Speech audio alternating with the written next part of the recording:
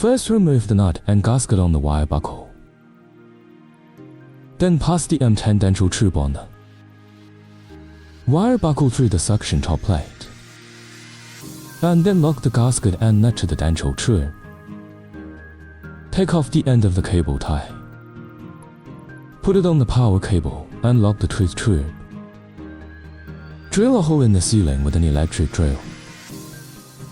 Knock the expansion tube into the hole. And fix the installation bracket to the expansion tube on the ceiling. The suspended power cable is connected to the L